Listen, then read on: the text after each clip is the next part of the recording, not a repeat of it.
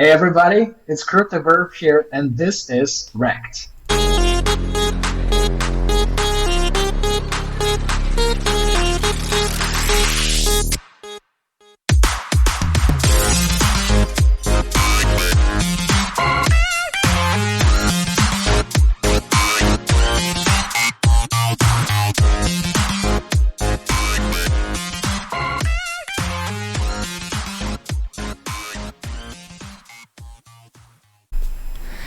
Hello and welcome to Rekt Podcast. I am Bunchu alongside my esteemed colleague and co-host Chamber. Chamber, how you doing, buddy? Doing pretty good, man.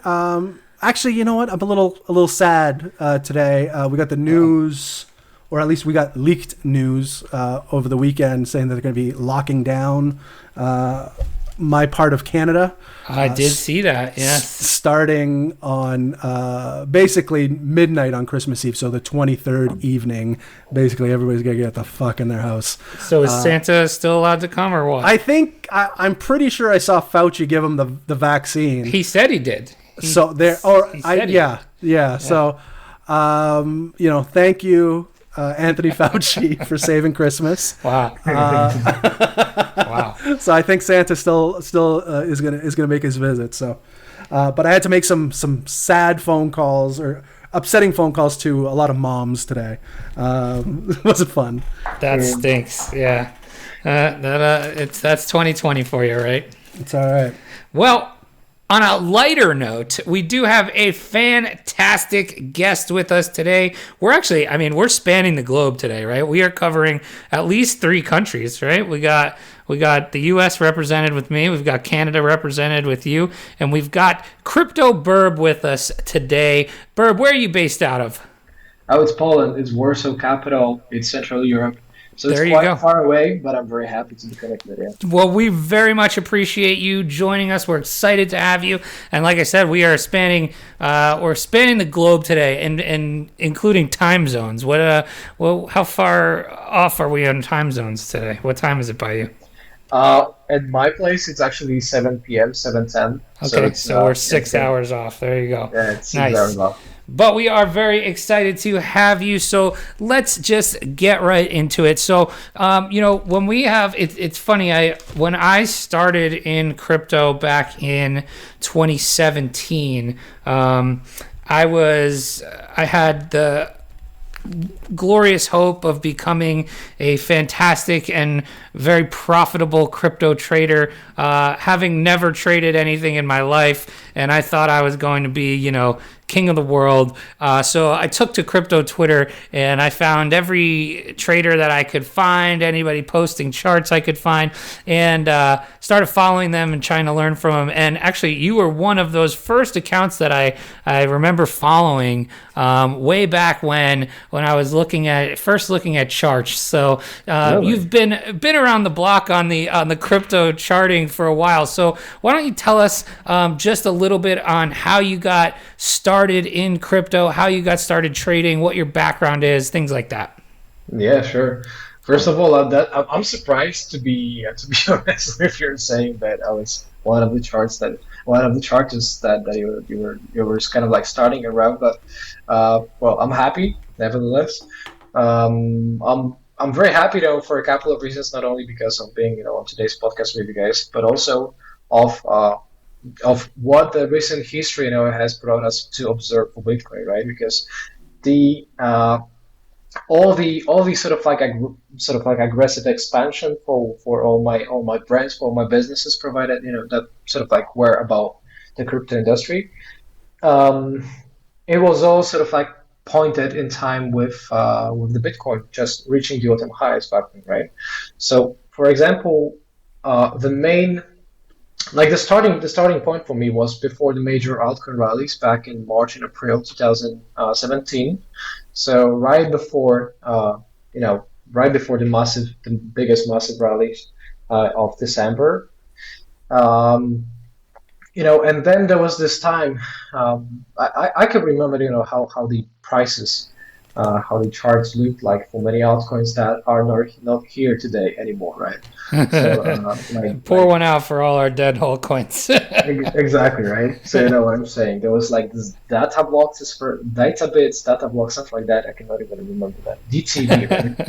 Yes. And it was like I can remember buying it the first time, you know, when I was not professionally just kind of like busy with trading the crypto back then.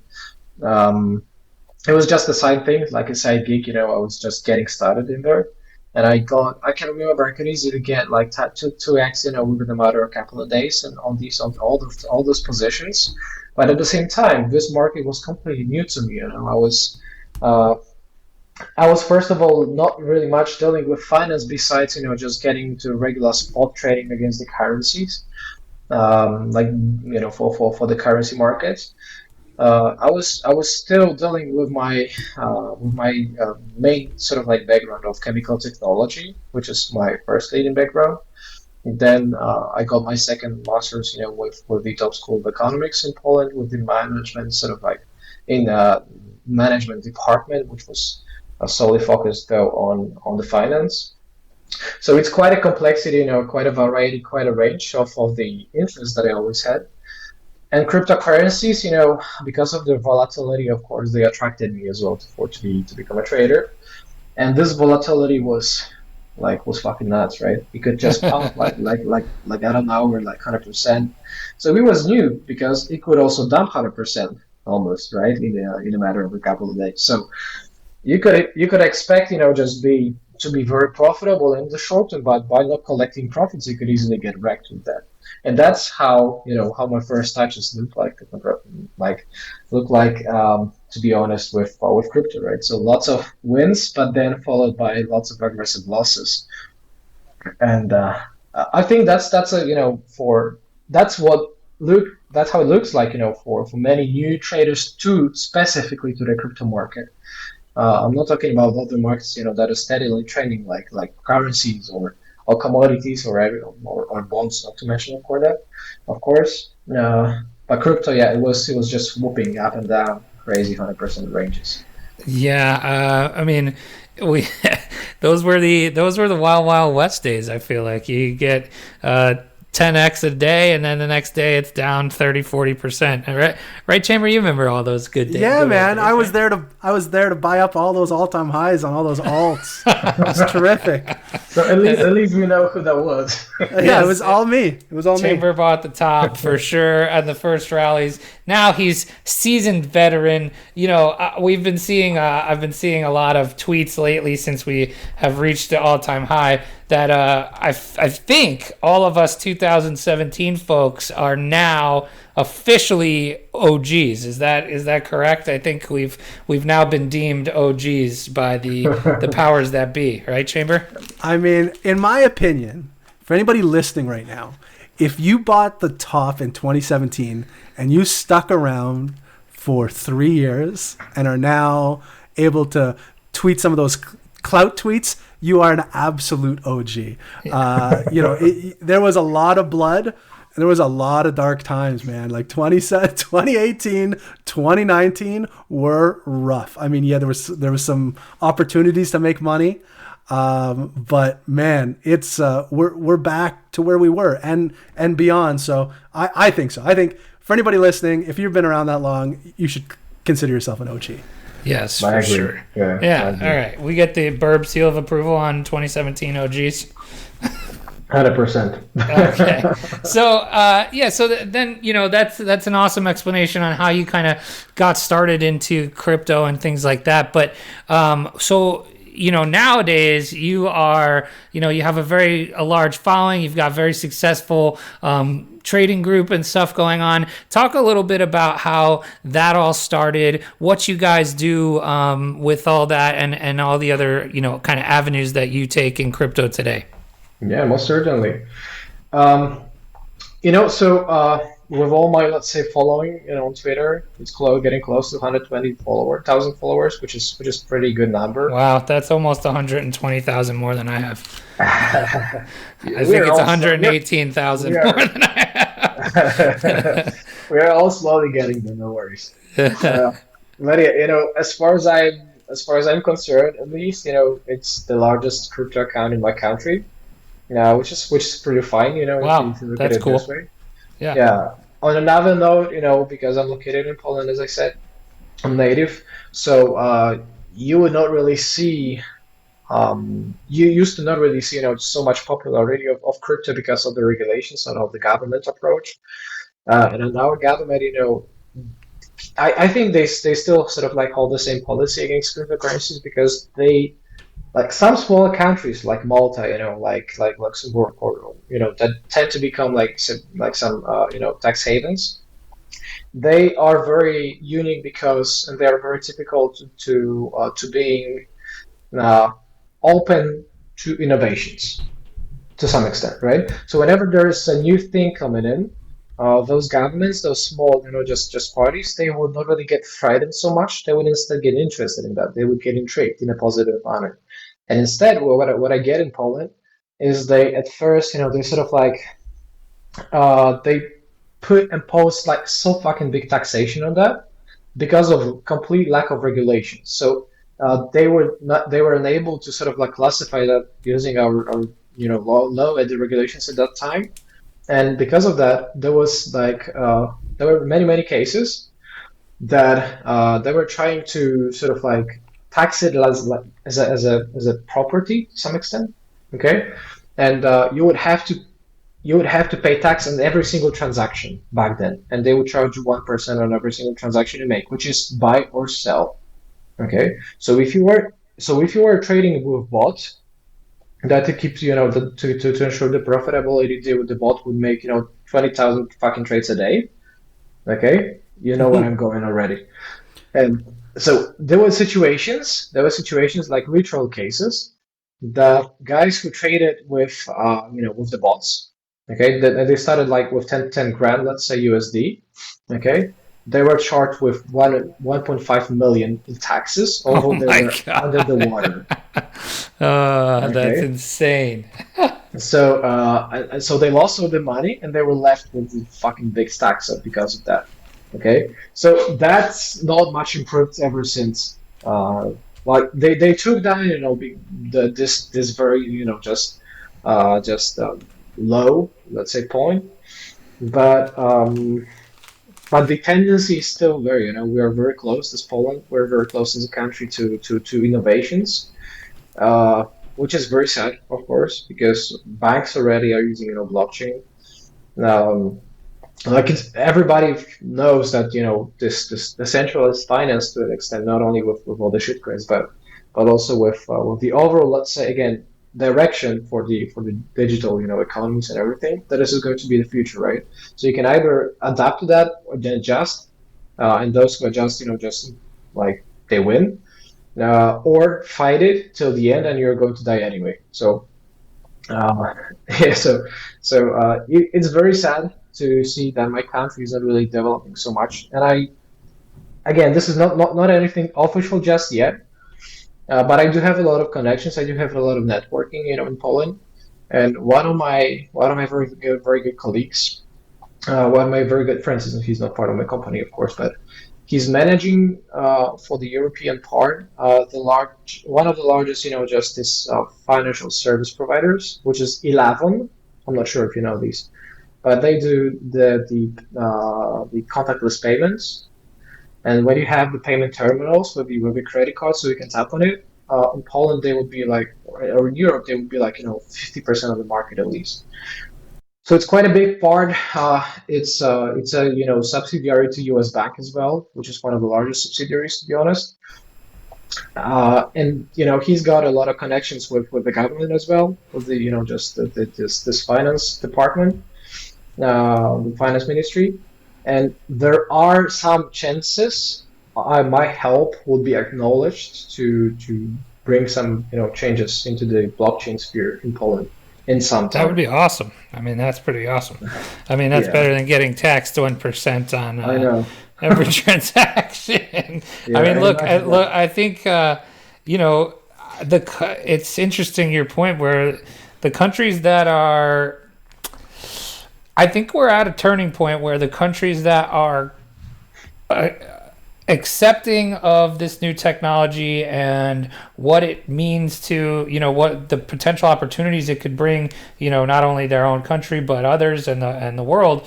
Like the countries that are accepting of it, like you said, these Maltas, and really recognize the potential innovation and things, that they're gonna find themselves in a different scenario than maybe they've been in the past, right? Where, I mean, U.S. regulations are crap. Also, I mean, we are not very crypto friendly here, and I think there's something to be said for those countries that are going to be accepting of it quicker. And I mean, it's just like us, right? Where we would consider ourselves pretty early adopters of, all of the digital asset space and things like that. So, it works the same way to the people who act quickly and adopt fast. They're going to see the spoils of it, and the rest will be, unfortunately, probably left behind. And I just hope that, some of our countries recognize that quicker, right, Chamber?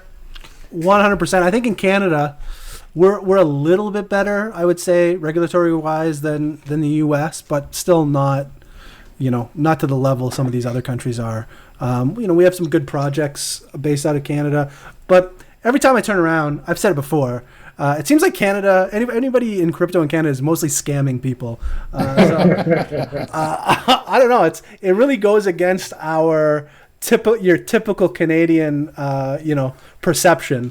You guys are just usually so nice. So nice, but we're sneaking behind you now and picking your pocket. Right now, you could be anonymous behind your keyboard. So you're saying you're just right now as we're speaking, you're just delivering the data to just all these fucking leaks for to Ledger right now as we speak. As we speak, yeah. And I'm suspiciously blaming it on Ledger status. Ledger status. Yeah. So yeah, let's talk about that, because that's I think pretty important for what's going on right now. So obviously with trading and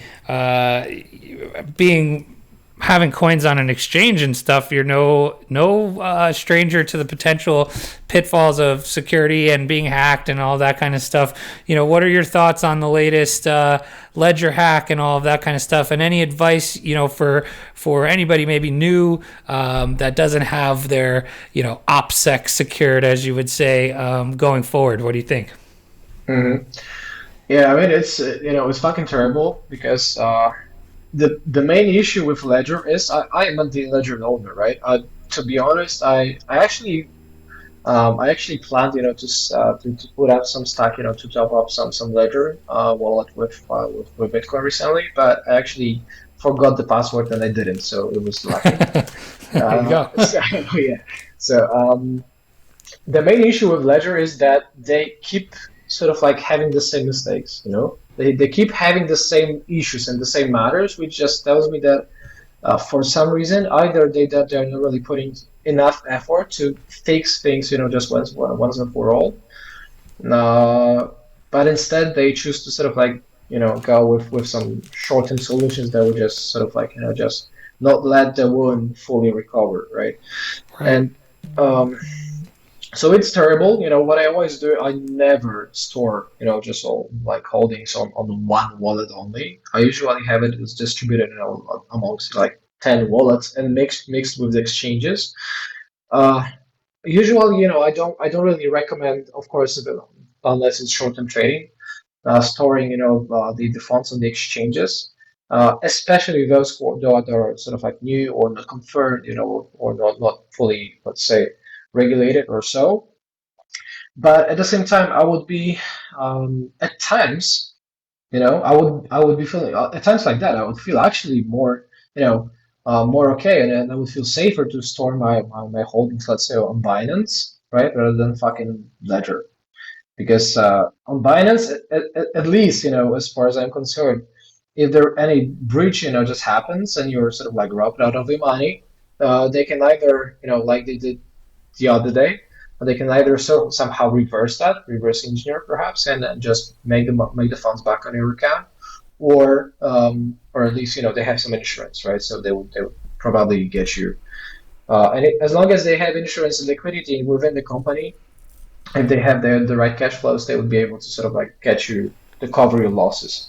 As far as I'm concerned, I can be wrong, but it makes me feel just safer, to store some holdings on the exchange rather than Well, definitely the an wallet. exchange like Binance, right? Like we're not Yeah, talking some fly by night exchange. I think Binance has exactly. proven themselves as a decently safe place to have your crypto.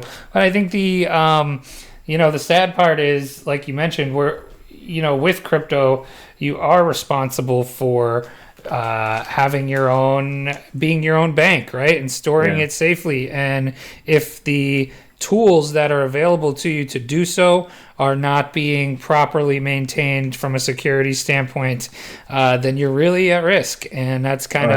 that's kind of scary. What do you think, Chamber? Well, I think I mentioned it a couple of episodes ago. When That when my yours got robbed from your house? Yeah, we know. yeah, yeah. But what I did with my remaining holdings, because I thought my ledger was compromised, Right. turns out it was, just not by the person that broke into my house. Right. But when my ledger was compromised, or when I thought it was, I sent everything to Coinbase in kind of in the heat of the moment, knowing exactly what Birb said. There's insurance; it's reputable. I'm like, well, at least if whatever happens, there's insurance that's covering me, because I honestly didn't know what else to do with it. Is there the most secure thing that I had was possibly not secure anymore. So what do you do? And that's what I felt. I felt the security, at least in the short term, was on a very reputable exchange like a Binance, like a Coinbase. Yeah, interesting. But yeah, what else you got, Chamber? What other questions do we want to ask, Bird? Well, you were talking, Burb. You were talking about 2017 and how Oh yeah, things were going up, 100% an hour, but things could also go down yeah. 100% an hour. Oh yeah. Did you what were some of the? We like to hear some Rekt stories here on the Rekt podcast. Riggedy, riggedy, wrecked, son! Yeah. Can you let people feel a little bit better about themselves and maybe some of the bad decisions they made by Yeah. telling us a story of something that happened to you? Yeah. Make us feel better about ourselves. Yeah, basically me. I feel good. I feel good. Yeah. So listen, I mean, there is actually, first of all, it's actually not as funny as it may seem, from to the person when it happens, right? And then the people are usually, just wise in the hindsight. But there is actually this entire sort of like a channel, this entire corner in the nest on our Discord, but not only. By the way, there are more parrots just awakened. Uh, yeah. that's So that's the Birb. yeah, they make it loud though. So, sorry about it. There's actually a channel called Rekt Confessions, and I know that That's awesome. confessing some mistakes, confessing some big, just sort of like mismanagements, let's say. Hmm. Uh, they usually need to be confessed. They usually need to be sort of like spoken out. Not only makes you feel better, but it also sort of like helps you. It helps you to sort of like to have it resonate better with you, and at the same time helps just warn other people. So I think there are so many general just positive things coming with confessing the rects. And of course, there were so many wreck confessions that so many wreck sort of like stories that I had at the early days. Usually, yeah, if you keep improving, they would decrease over the time naturally. The occurrences and everything. But back in the day, yeah, just the first one that came to me actually came to my head. I mean, there was this My Ether wallet. It was breached the other day, and I actually put in like when Ethereum was actually trading around the all-time highs. I think there was some ICOs going on. I had some money for the ICO, about 2 ethers back then, and it was worth about $3,000 or so. So it was not really like the life-changing money, but it still hurts when you sort of like get out of your $3,000 because of not your fault, right? And I mean, it was actually my fault because I was holding that money in there. Of course, it was like with the private key and everything, it was all written down with the seed phrase and everything all.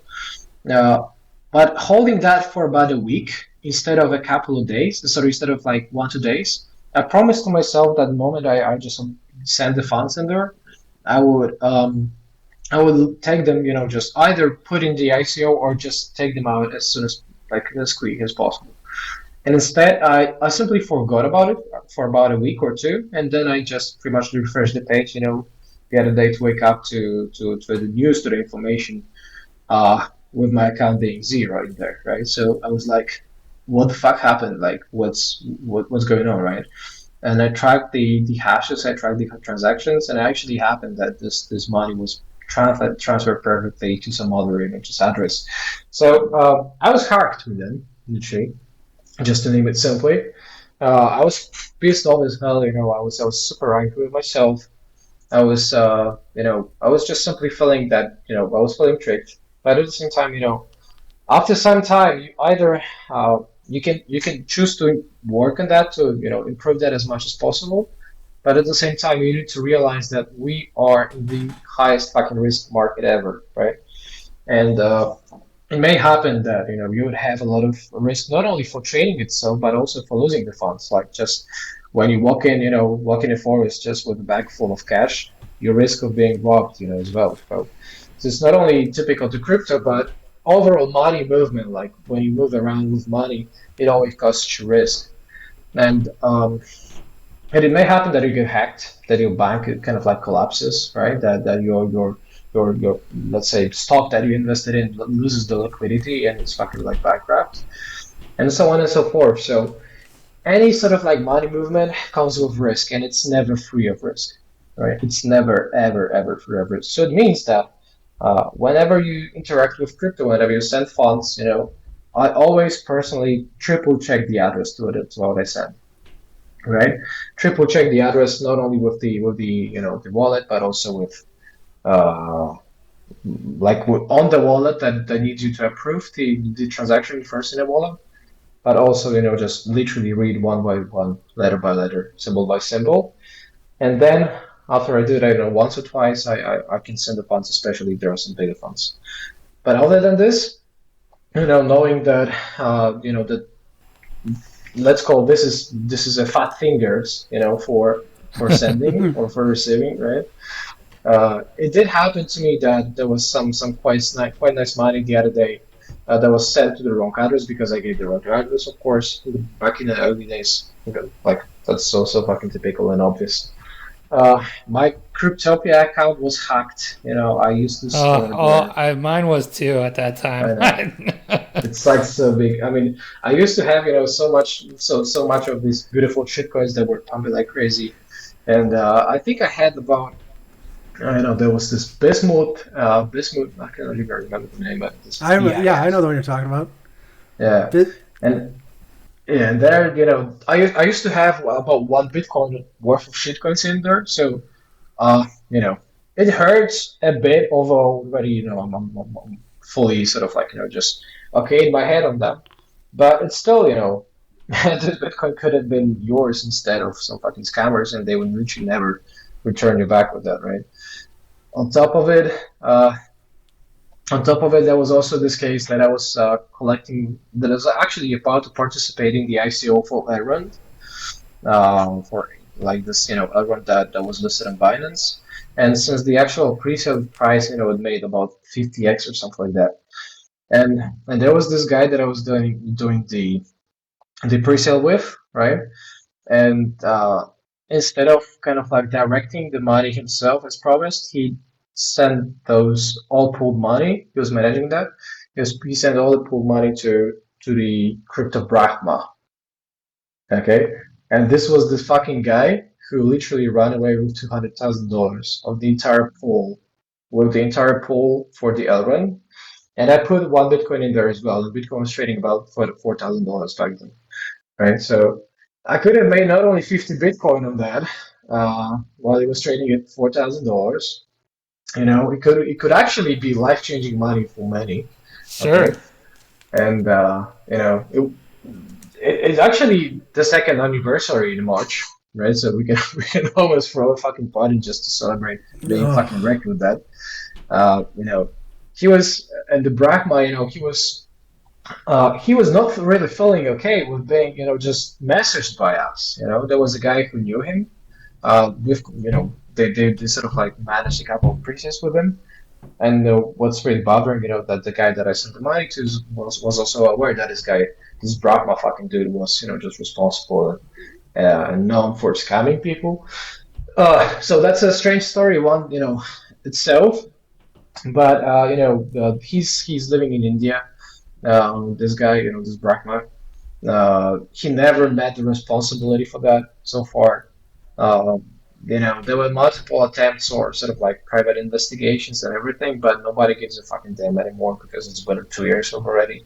So nobody believes to get it back. And so there have been, a lot of money just being buried in fucking ashes Yeah. because of mistakes, because of things that just happen, right? But that's the way it is. I think the moral of the story of so far of this episode is be safe with your crypto and make sure you're trusting the tools and people that you have around your funds because you're the only one that's gonna, right? Right. So, but yeah, that's we always like to hear those stories because, like you said, for the with the You same just vein want to of feel your better. I know what you're saying. yeah, with the same vein of your or your Rekt Confessions channel, we like to give the people, make them feel better about maybe some of the decisions that have happened with them in the past as well. But we wouldn't be doing the people right if we didn't talk to the Birb about the current state of the market. So obviously, we've just surpassed all-time Bitcoin highs. Ethereum's back over $600. Where do you what's your feeling on the market currently based on everything you're seeing and all your experience? Where do you see us right now? Yeah. Fuck. It's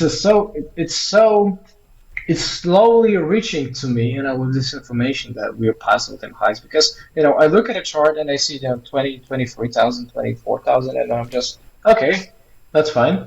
But then you sort of like, when you start thinking deeper about it, then you realize that you had been waiting for 3 fucking years to see that happen. And right, and all of a sudden it just goes like every time I just sit on that longer and think about it, then I'm like, whoa, like fuck, it really happened, right? And I wanted to say I was lucky, but it was not actually luck. Like it's not a luck when you keep the success, going for many chances. Let's say going in a row, for many cases. Uh, I mean, you can be lucky, one in a million, but you cannot be lucky one a time Yeah, after we've been another. at this for 3 years. I don't, there's no luck involved. You know what I Exactly, mean? right? So whenever somebody tells you, "Oh, fuck you, you were lucky," shut up. I mean, we're again, you're fucking life to be lucky as well, right? Uh, yeah. So I wanted to say I was lucky, but I was not actually lucky. I was having the knowledge and I was believing in my own sort of like predictions and forecasting. And last year, back in October in Las Vegas, I was hosting, just this keynote speech on the stage, in front of the audience, of Charlie Schrems. There was a Scott Merker as well. There was there was Bagsy, of course, and there were many good people. And back then on the stage in October, when Bitcoin was trading at around, seven, eight, like 700, 800, something like this, I was actually talking about the cyclicality effect of Bitcoin and how we were about to initiate another bull market. We did initiate bull market in 2018 in December with the bottoming out, around 32, 3100. And since then, many people would argue that, the March crash, COVID, and everything, that it was like the bull market canceled and it was like invalidated and everything. I consider that more of a deviation rather than the cancellation of bull market, right?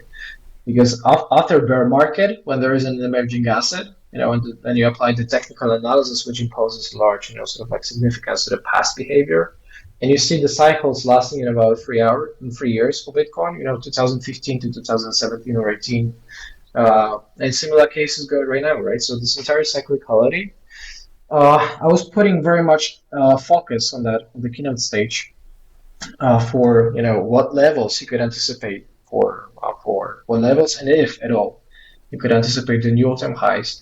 And I could see, just right there from the stage when I was speaking, like people shaking their heads. Now, actually, like they were no, dude. I mean, you're fucking wrong. Like, there's no way we reach ultimate highs, right? Like, it's impossible. And uh, and yeah, I think the overall conclusion is that, like, of course I was right that they're in the stage. It comes with the time, right? And you can be wrong. You can be wrong. Let's say you can be short. How we call that? You can be bullish or bearish. At the same time. In fact, right? And all that matters, all the difference is the time frame, because you can be short and bearish, and you can be long and bullish, right? And many people confuses that and never understands the difference. And mm, what's essential, what was very essential there was that this entire just crash that happened in March, it was a large deviation over the overall trend of Bitcoin, of the long-term trend. I'm talking about the trend not lasting year or two, but about the trend that lasts since the very origins, right, since 2009. And this trend it just keeps growing, right? Bitcoin keeps growing on average, and you can just apply that and see and observe MA200, which is 200, on the weekly, which is 200 week average, and you can see it grow about in a matter of past 3 years, December to December, 2017 to 20, it would get you about 7x on average by just holding, right? Then how on earth is that possible that people keep fucking blowing their accounts if it makes times seven for just holding that, right? Yes. So, How is it possible? How is it possible? Yep, exactly. I know, right? And so this comes to the main conclusion that people would naturally choose to day trade, because this is becoming an addiction. This is becoming a gambling, and the adrenaline involved, and the dopamine and everything. And at the same time, they feed you like this picture of a trader that sits, in front of 10 fucking monitors, being, 24/7, glued into 1 minute charts, switching, 100x leverage from buy to low to sell in a matter of a couple minutes. Uh, well, in fact, that's not how it looks for real, right? That's what I always repeat, to my members, to all the few hundred, like actually 800 members right now for the exclusive members, for the Nest, which is the largest number so far ever. And by the way, we're celebrating third anniversary right now. Wow. In the next couple of days. Congratulations. Yeah, I saw that. Congratulations. Yeah, I appreciate it. There were, of course, many obstacles. Many people were assuming, like, listen, 99% of the trade groups, or this fucking like private groups or whatever, are literal scams. Like, I've seen so many people just come, put in the money, usually one-time fee, right, instead of subscription, and they would just literally like close the Telegram chats and then just wipe it all out, and then just never come back, right? I've seen it so many times that it just doesn't impress me anymore. And the main difference between the Nest and such, just fucking LARPers, is that since the very origins, since the 2017, I was having one and the very same mission and vision that I keep realizing and completing step by step. And many people, disbelieved that. Many people thought I was, because of the stigma on the trade groups and the trade groups, which is very, well understandable.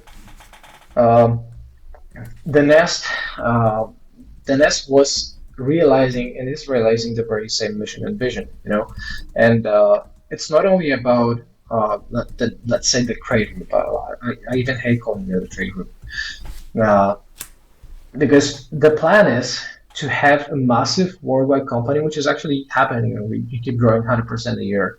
If we were a stock, our growth would be just 100% a year on average. We're a startup, and we're developing towards the very large platform, like a concierge platform for traders, for investors. That would not only include the educational platform, this educational sort of like just services, but also there would be a hedge fund. There would be just this blockchain audits. There would be blockchain validation, blockchain implementation, this tokenization. There would be chain of cafes and restaurants. I'm a musician myself as well, so there would be just jazz clubs, pubs. There would be merchandise, of course.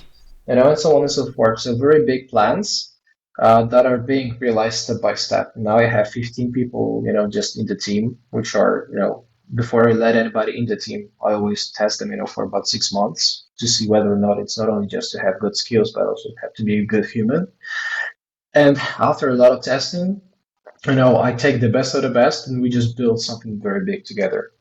And the only thing is the persistence and the time that is needed until people realize it's actually a huge thing.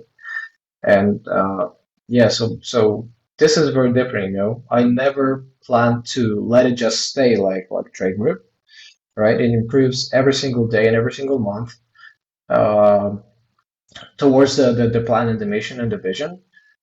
And um, more importantly, more importantly is that it would be always about building the goodness.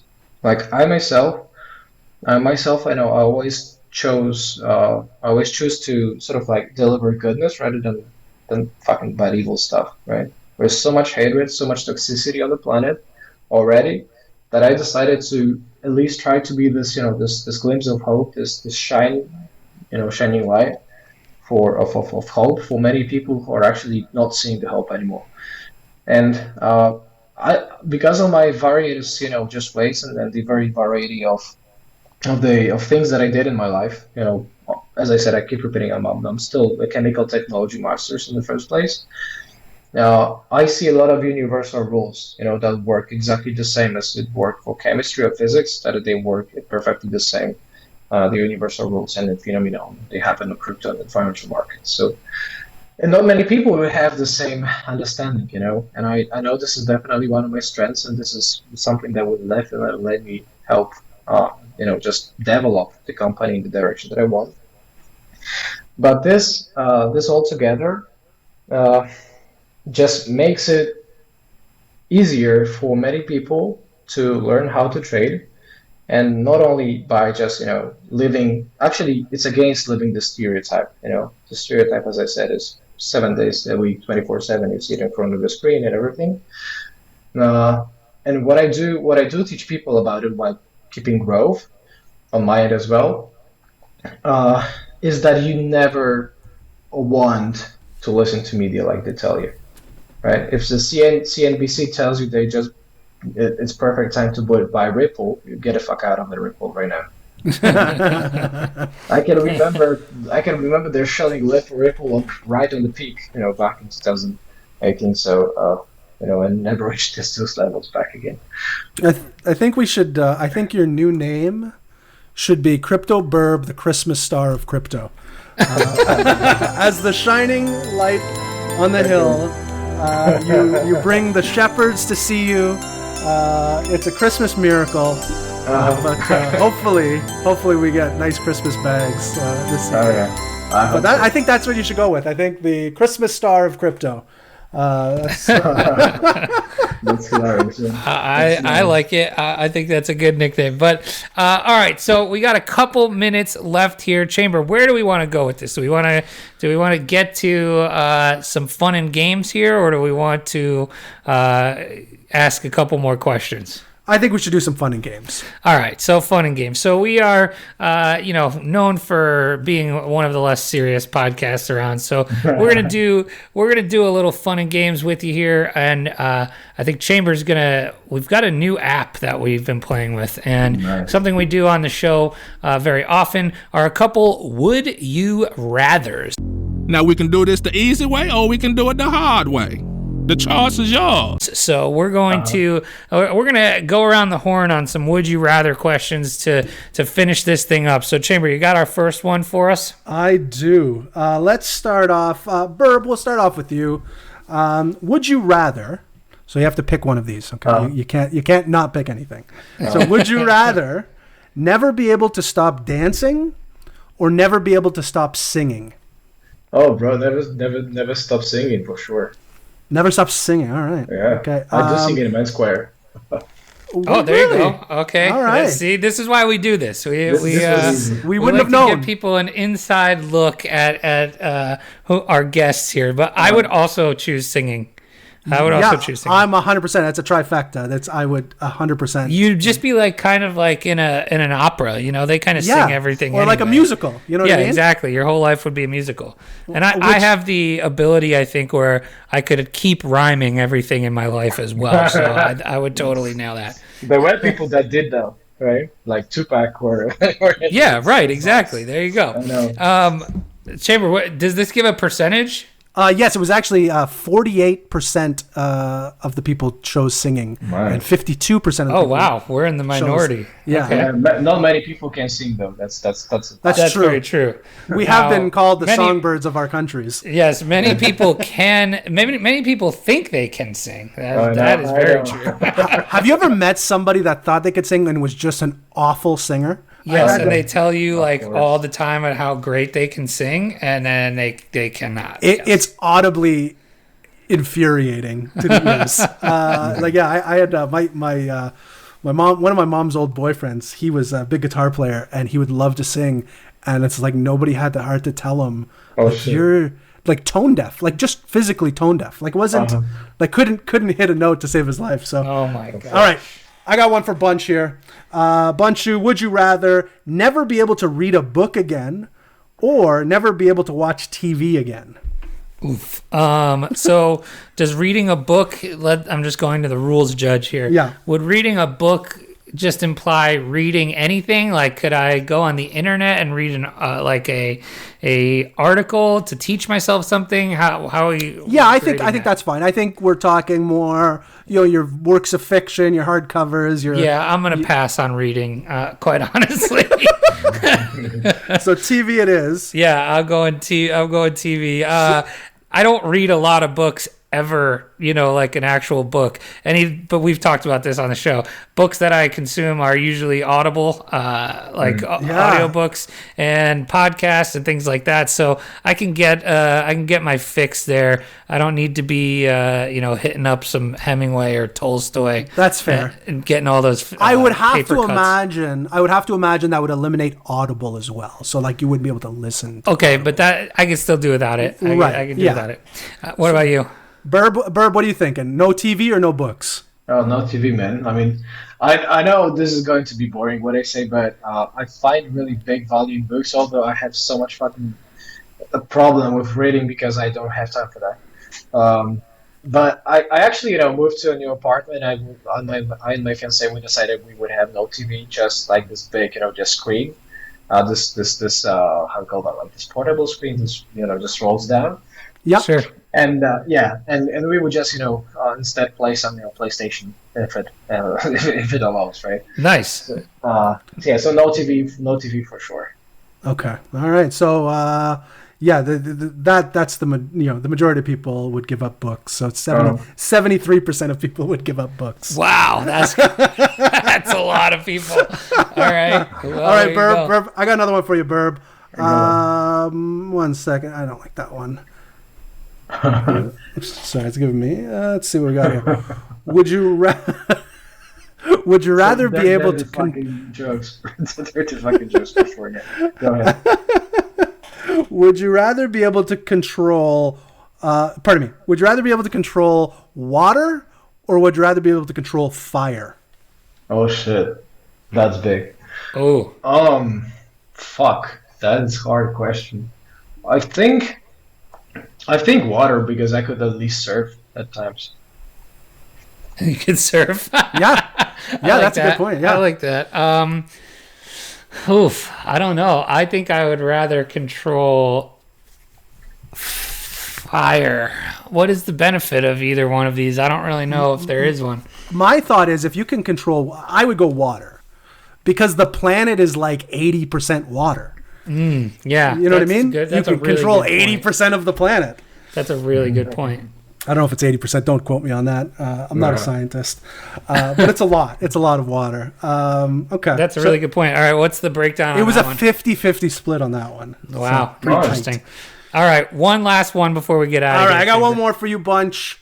Let's go with... this one. I like this one. Would you rather have a shower in the morning or have a shower in the evening? I'm a morning shower guy all the way. I don't. Yeah, I'm morning shower for sure. Like, What about you, view the Birb? shower. I view the shower as like you get ready for your day. You know what I mean? Yep. But my wife's the opposite. She calls it washing off the day, and she'll take a shower at night. I mean, she takes a shower, but she'll do both. But you know. So I take the second one. I take the latter. I take the latter, mate. I mean, You like the evening shower? Yeah, but for the evening, like my work-life balance sucks big time. Usually, I recently just went to bed for 9 a.m. fucking in the morning for working the entire night out. So my work-life balance sucks big time, and it happens for me to take evening showers in the morning.